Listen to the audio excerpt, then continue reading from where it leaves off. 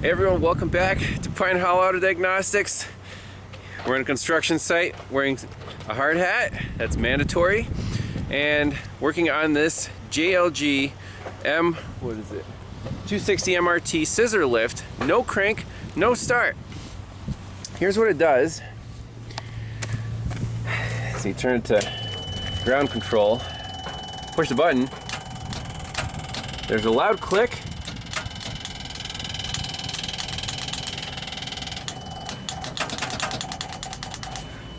but nothing happens. So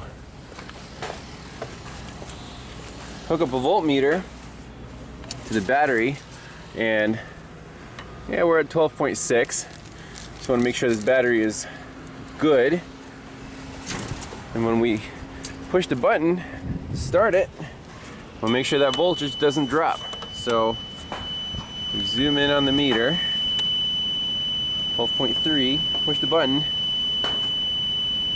12.2, 12.1. So we're maintaining at least 12 volts.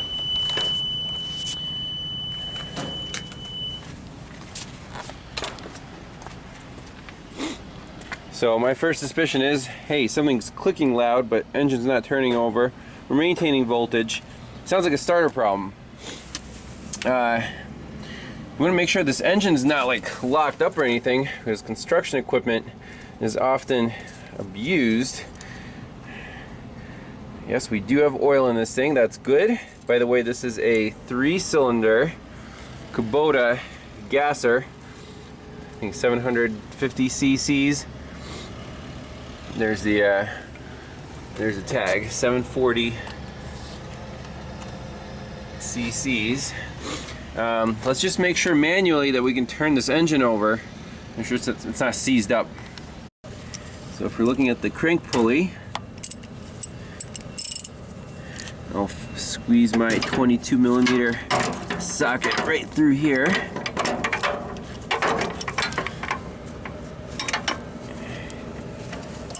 Get it on there.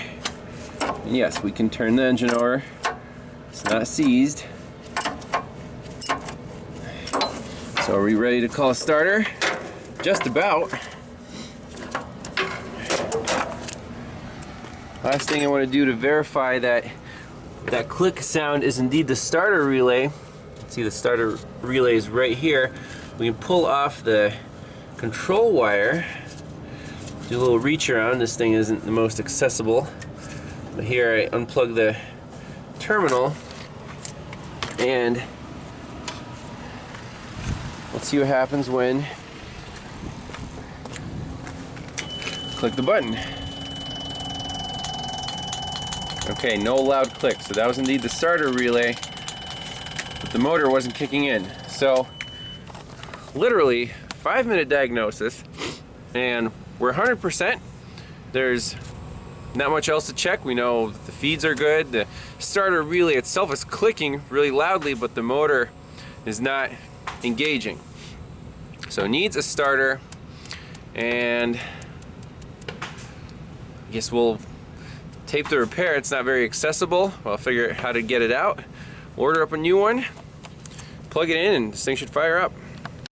Alright, quick bench test of the starter. It took about less than an hour to get out. I had to take off the air box, the muffler, the the air cleaner. It's buried down in here, but we got it out. And to be 110% sure, let's just bench test this. So I got the amp clamp on the positive cable,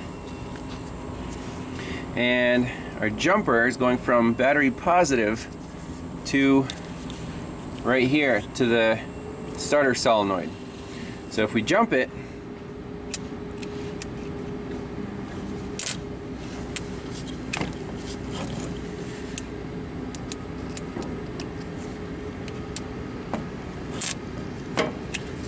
it needs a better ground.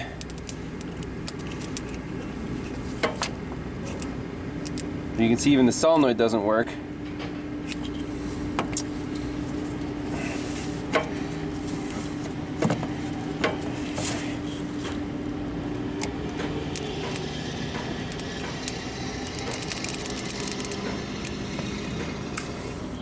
and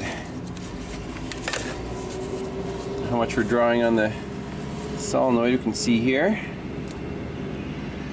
About 10 amps, and it's not even clicking. You can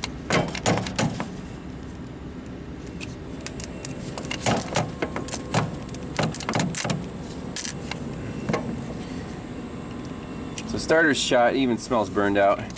I saw it kind of try to engage once, but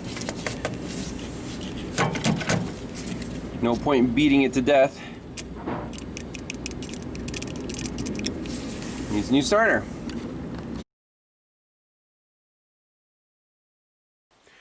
We got the new starter on the bench, and before we put it in that scissor lift, I want to bench test it, because you go to a construction site and install this thing, spend all that time, and you know, if it's not good,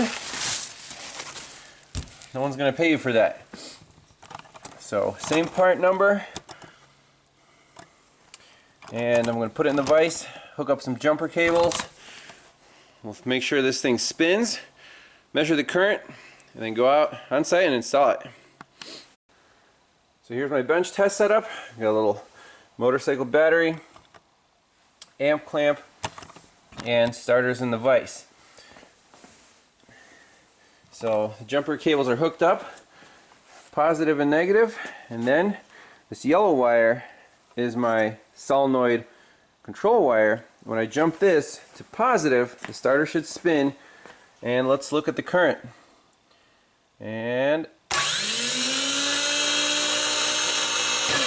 sweet, 70 amps. Let's see that sucker in action. Do it again.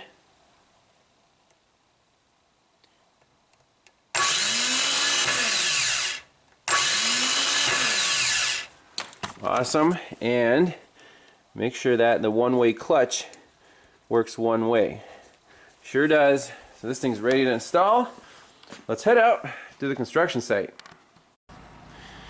Alrighty, got the new starter bolted in. Went in pretty smoothly. The exhaust is back on. Airbox is still off. Let's see if this thing fires up. Moment of truth.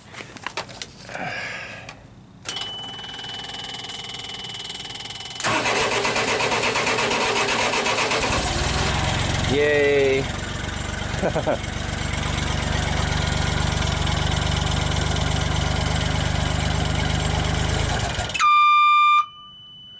Okay, let's try again.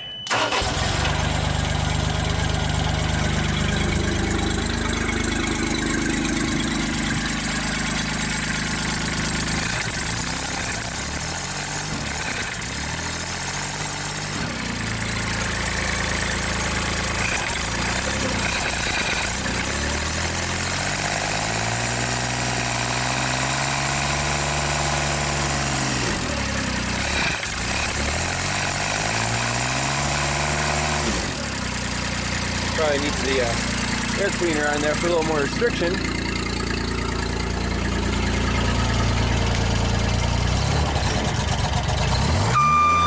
Whoa. Alright. Put the air cleaner back on and make sure it runs well. Alright, air cleaner's back on.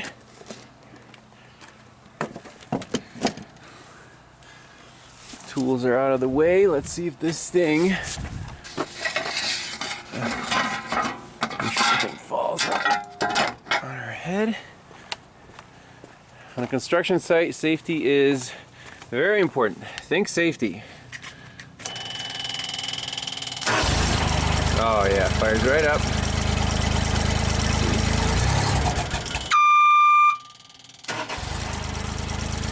Maybe you should warm up a little bit.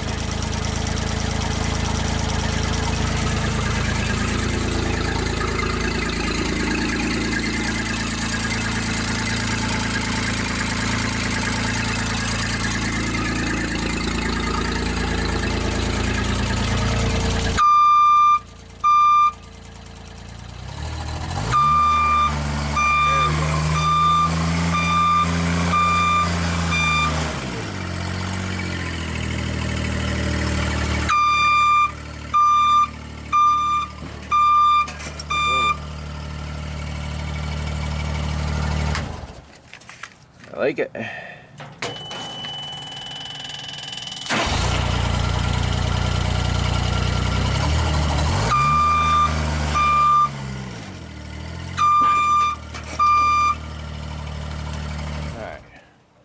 Seems to work fine. We'll double check the controls up there. But that's construction site diagnosis and repair.